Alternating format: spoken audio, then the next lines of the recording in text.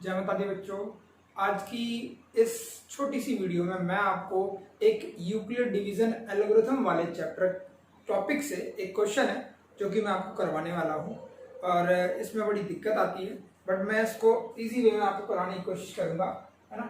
Question है कि if D is the HCF of 56, इसका 56 एंड 72, यानी अगर मैं कहूँ कि D हमारा क्या है, HCF है ना।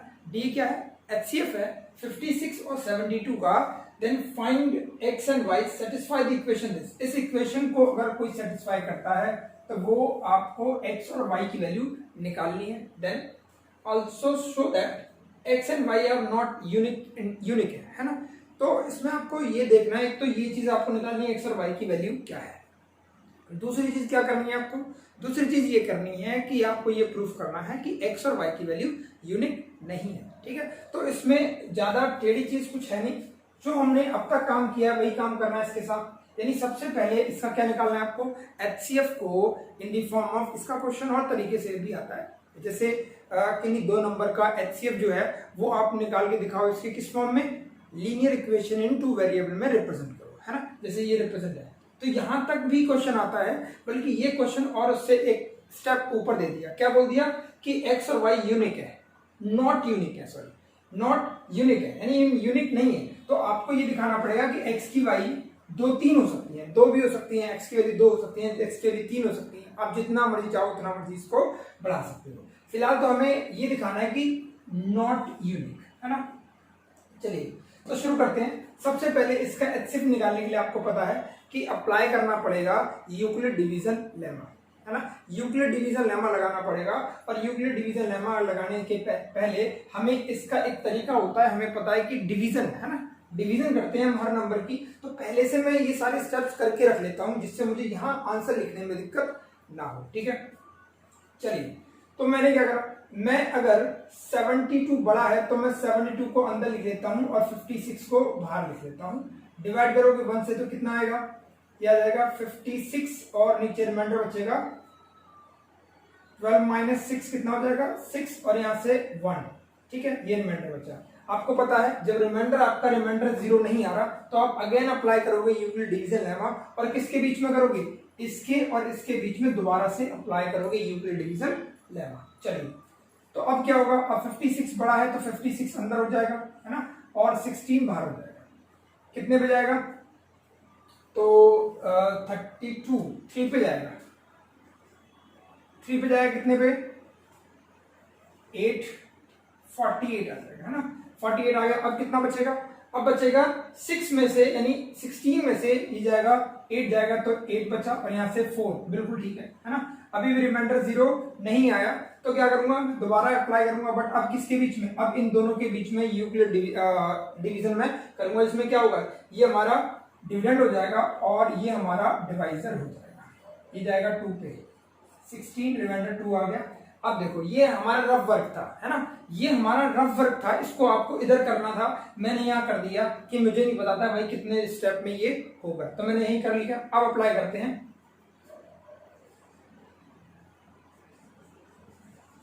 Apply Euclid division lemma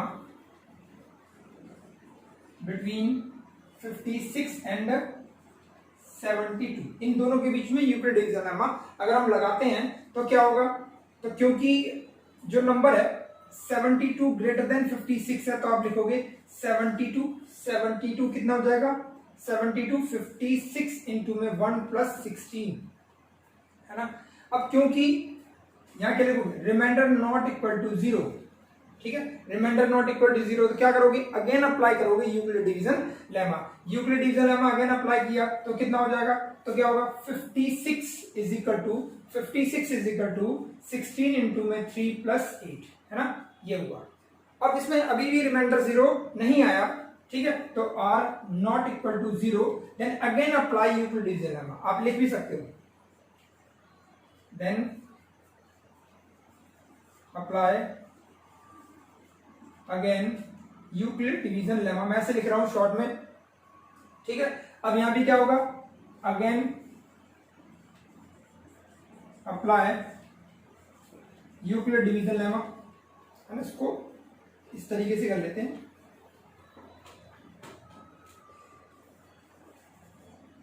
again apply Euclid division lemma, है ना, क्योंकि रिमाइंडर जब तक जीरो नहीं आएगा तब तक हम इसको करते ही रहेंगे। अब कितना हो गया, अब ये लास्ट स्टेप कितना हो जाएगा, 16 is equal to 8 into 2 plus 0, है ना, तो रिमाइंडर इक्वल टू 0 आ गया, रिमाइंडर इक्वल टू 0 आ गया। इसका मतलब ये वाला जो हमारा होता है वो क्या होता है, एचसीएफ होता है। क्या होता है, एचसीएफ होता है। और हमें क्या करना है, एचसीएफ को इस फॉर्म में रिप्रेजेंट करना है, यानी 8 को, यानी डी की वैल्यू कितनी होगी, 8 होगी। डी कितना हो गया, ये हमारा डी कितना हो गया, 8, है ना, बट यहाँ में शो नहीं करना ये, ठीक है। तो हमारे 3 स्टेप हुए, क्या हुआ, एक स्टेप ये हो गया, एक स्टेप ये हो गया और एक स्टेप ये हो गया, क्योंकि हमें यहाँ पर कुछ अलग दिखाना है, इसलिए 2-3 स्टेप है, बिल्कुल ठीक है, कोई दिक्कत नहीं है। चलिए शुरू करते हैं इसको। ये जो आपने 3 स्टेप किए, है ना, ये जो स्टेप किए, देखो हर स्टेप अपने आप में यूक्लिड डिवीजन लेमा है। हर स्टेप क्या है, अपने आप में यूक्लिड डिवीजन लेमा है। इसको यूक्लिड डिवीजन लेमा कहेंगे, इसको यूक्लिड डिवीजन लेमा कहेंगे, इसको यूक्लिड डिवीजन लेमा कहेंगे, बट इन सबको मिला के जो बोलते हैं वो हम बोलते हैं यूक्लिड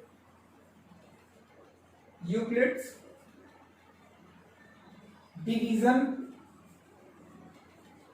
एल्गोरिथम। क्या बोलते हैं, यूक्लिड डिवीजन एल्गोरिथम। तो यहां से आपकी 2 चीज क्लियर हुई कि यूक्लिड डिवीजन अलग है, यूक्लिड डिवीजन लेमा अलग है, यूक्लिड डिवीजन एल्गोरिथम अलग है। एल्गोरिथम क्या है, सीक्वेंस ऑफ यानी steps of sequence to find HCF, ठीक है, sequence of steps to find HCF को हमारा क्या होता है, यूक्लिड डिवीजन एल्गोरिथम। और यूक्लिड डिवीजन लेमा आपका सिर्फ ये हो गया, किसी भी 2 नंबर के बीच में आप ये लगाते हो तो ये बनता है, और इसको हम यूक्लिड डिवीजन लेमा कहते हैं। अभी भी अगर किसी को दिक्कत है तो मेरी फर्स्ट वीडियो, सेकंड वीडियो में जाके ये देख सकते हैं। चलिए कन्वर्ट करते हैं, इसमें कन्वर्ट करने की कोशिश करते हैं। अब क्योंकि मुझे एचसीएफ को कन्वर्ट करना है, इसलिए याद रहे कि एचसीएफ यहां पर भी है ना, यहां पर भी है, बट हमें इसका यूज नहीं करना। चलो मैं दोबारा लिख लेता हूं यहां पर एक बार, है ना।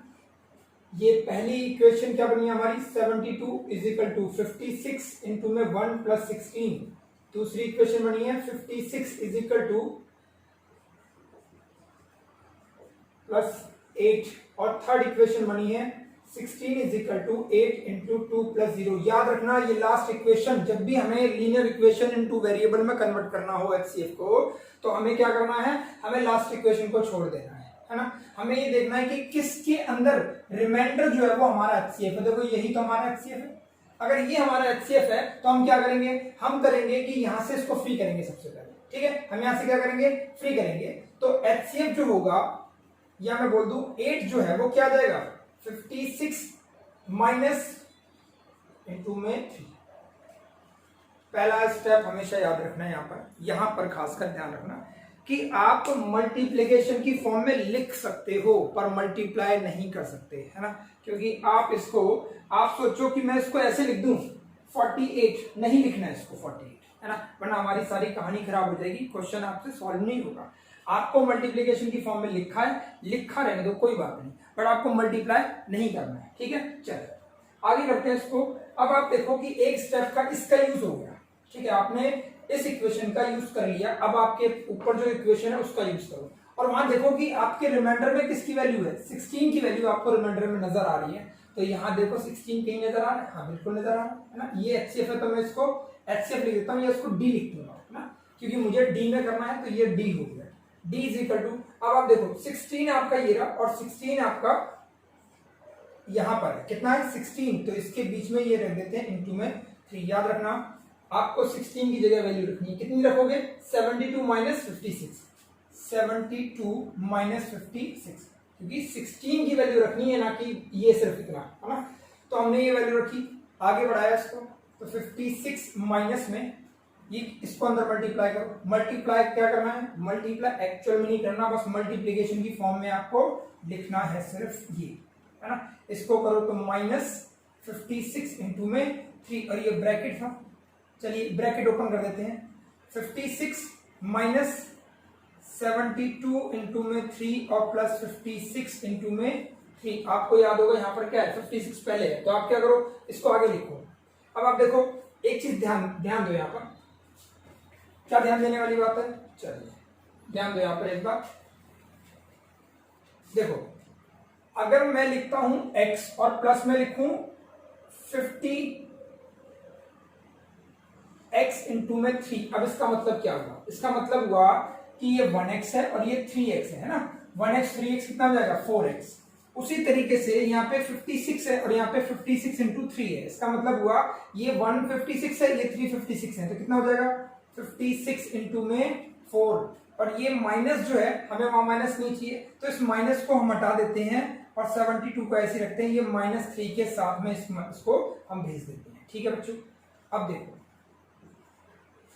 अब हमारे पास जो नंबर आया वो 56x प्लस 72y आया, ये हो गया हमारा D जो हमें प्रूफ करना था। देखो आ गया हमारा, और यहां से अगर हम चेक करें तो x की वैल्यू कितनी है? 4 है, और y की वैल्यू कितनी है? -3 है। चलो ये तो हमारा जो हमें बोला था ये आ गया। अब हमें आगे क्या करना है? हमें आगे ये प्रूफ करना है कि जो ये x और y की वैल्यू है वो यूनिक नहीं है, वो यूनिक नहीं है, इसके अलावा भी हमारी कोई और वैल्यू हो सकती है। इसका मतलब है कि हमें यहाँ पर एक्सप्रेशन कैसा होना चाहिए? 56x प्लस में 72y ही होना चाहिए, है ना, बट x और y की वैल्यू ये ना हो। तो चलिए इसको भी शुरू करते हैं। कैसे करेंगे? तो देखो, अगर ये d है ना, तो अगर ये d है तो मैं इसको ऐसे लिख सकता हूं, d is equal to 56 into 4 plus 72 into में -3 मल्टीप्लीकेशन। अब एक चीज मुझे बताओ, अगर मैं किसी इक्वेशन के अंदर सेम नंबर ऐड कर दूं और सेम नंबर सब्ट्रैक्ट कर दूं, दोबारा ध्यान सुनो, अगर मैं किसी नंबर के अंदर, जैसे यहां ले लेता हूं, अगर मैं इस नंबर के अंदर x के अंदर मैं एक नंबर क्या है y प्लस कर दूं और वही माइनस कर दूं, तो ये नंबर किसके इक्वल रहेगा? ये x के इक्वल ही रहेगा, कोई चेंज तो नहीं होगा ना? नहीं। उसी तरीके से अगर मैं इस नंबर के अंदर सेम नंबर को क्या कर दूं? ऐड कर दूं, और सेम नंबर को अगर मैं सब्ट्रैक्ट कर दूं तो भी क्या होगा? सेम रहेगा नंबर। तो मैंने क्या करा, मैंने इसके अंदर क्या किया, अब ये d लिखा हुआ है, ठीक है, तो चलो एक बार और लिख देते हैं। क्या हो जाएगा? ये जाएगा 56 इंटू में 4 प्लस 72 इंटू में -3, और इसमें ऐड कर दो। क्या ऐड कर दो? देखो जगह नहीं है इसलिए मैं यहाँ पर लिख रहा हूँ, नीचे लिख रहा हूँ, आप इस चीज को समझना, ठीक है। चलिए इसके अंदर मैंने क्या ऐड कर दिया? मैंने ऐड कर दिया 56 इंटू में 72 ऐड कर दिया, ठीक है, और सब्ट्रैक्ट क्या कर दिया? सब्ट्रैक्ट भी मैंने कर दिया 56 इंटू में 72 को मैंने सब्ट्रैक्ट भी कर दिया। ये इससे नेक्स्ट स्टेप में इसको लिख रहा हूं, ठीक है। आप सुनिए, अब अगर मैंने सेम चीज इसके अंदर ऐड की है, सेम चीज सब्ट्रैक्ट की है, तो नंबर पे कोई फर्क नहीं पड़ने वाला, जैसा कि मैंने आपको यहाँ समझाया, ठीक है। नंबर पे कोई फर्क नहीं पड़ने वाला, तो क्या होगा? अब होगा ये कि इस वाले को मैं इसके साथ लिख देता हूं और इस वाले को, इन दोनों को एक साथ लिख देता हूं, ध्यान रखना बच्चों, और इन दोनों को मैं एक साथ लिख देता हूं। अब देखना मैं कैसे लिख रहा हूं, 56 इंटू में 4 प्लस 56 इंटू में 72, और इस वाले को लिखता हूं मैं प्लस में 72 इंटू में -3 इंटू, और माइनस का साइन यहां पहले से लगा हुआ है, तो 56 इंटू में 72। अब देखो यहां से कॉमन क्या नजर आ रहा है? 56, और यहां से कॉमन क्या नजर आ रहा है? 72। ध्यान रखना, यहां से क्या नजर आ रहा है? यहां से नजर आ रहा है आपको 56, तो 56 कॉमन ले लिया, और ये कितना बच गया? 4 और 72, ठीक है, प्लस यहां से क्या कॉमन आ रहा है? यहां से कॉमन आ रहा है 72, और क्या बच गया? -3 यहां से बच गया, है ना, और क्या रह गया? -56 भी रह गया, क्योंकि मैंने सिर्फ 72 कॉमन लिया है, माइनस कॉमन नहीं लिया। क्या कॉमन नहीं लिया? मैंने माइनस कॉमन नहीं लिया, तो मैंने सिर्फ 72 लिया है, तो ये 72 के साथ में ये माइनस का 3 रह गया, और यहां से माइनस का 56 रह गया। अभी क्या बन गया? 56 इंटू में 76 प्लस में 72 इंटू में क्या हो गया? ये माइनस के 59। अब आप देखो ये d की वैल्यू एज इट इज चल रही है, नहीं चल रही? चलो, तो d इज इक्वल टू कितना हो गया? 56x प्लस में 72y हो गया, और यहां पर जो है वो x की वैल्यू कितनी है? 76, और y की वैल्यू कितनी है? -59। तो यही चीज हमें प्रूफ करनी थी, है ना, यही चीज हमें क्या करनी थी? प्रूफ करनी थी कि x और y जो है वो यूनिक नहीं हो सकते, है ना, ये एक्स और वाई क्या नहीं सकते, यूनिक नहीं हो सकते, ये डिफरेंट डिफरेंट हो सकते हैं। अब देखो इसके अंदर भी मैं दोबारा क्या करूं, इसके अंदर भी यही काम रिपीट कर दूं, अगर मैं इस काम को क्या कर दूं, रिपीट कर दूं, तो एक्स और वाई की वैल्यू फिर चेंज हो जाएंगी, फिर बड़ी वैल्यू आएंगी। तो कहने का मतलब है ये कि हम किसी भी दो नंबर को, एक तो पहला क्वेश्चन ये है कि हम किसी भी दो नंबर को उनको linear equation in two variable में कन्वर्ट कर सकते हैं, पहली चीज। दूसरी चीज, उससे हम एचसीएफ निकाल सकते हैं, बिल्कुल निकाल सकते हैं एचसीएफ। तीसरी चीज कि एक्स और वाई जो है वो यूनिक नहीं होगी, है ना। आपने ये लिखा, ठीक है, ये लिख दिया आपने एक्स और वाई की वैल्यू निकाल के दिखा दी, ठीक है, बट ये वैल्यू यूनिक नहीं है, इसके अलावा भी और वैल्यू हो सकती है, ठीक है। तो हमने इस क्वेश्चन में इसको जितना भी मैक्सिमम क्वेश्चन बन सकता था वो मैंने इसको करा के आपको सॉल्व करा दिया, ठीक है। अब अगर किसी बच्चे को किसी स्टेप में डाउट लगता है तो उसको रिपीट कर सकते हो, वीडियो है, सबसे बढ़िया बात है कि आप कितनी बार भी देखो, कोई दिक्कत नहीं है, ठीक है बच्चों। इसी के साथ में और डाउट्स होंगे आपके तो वो भी इसी ऐसे ही वीडियो में क्लियर कर दूंगा, जिससे आपको क्या हो, हमेशा के लिए आपके पास रहे सॉल्यूशन, कभी आपको ऐसे क्वेश्चंस में दिक्कत ना आए।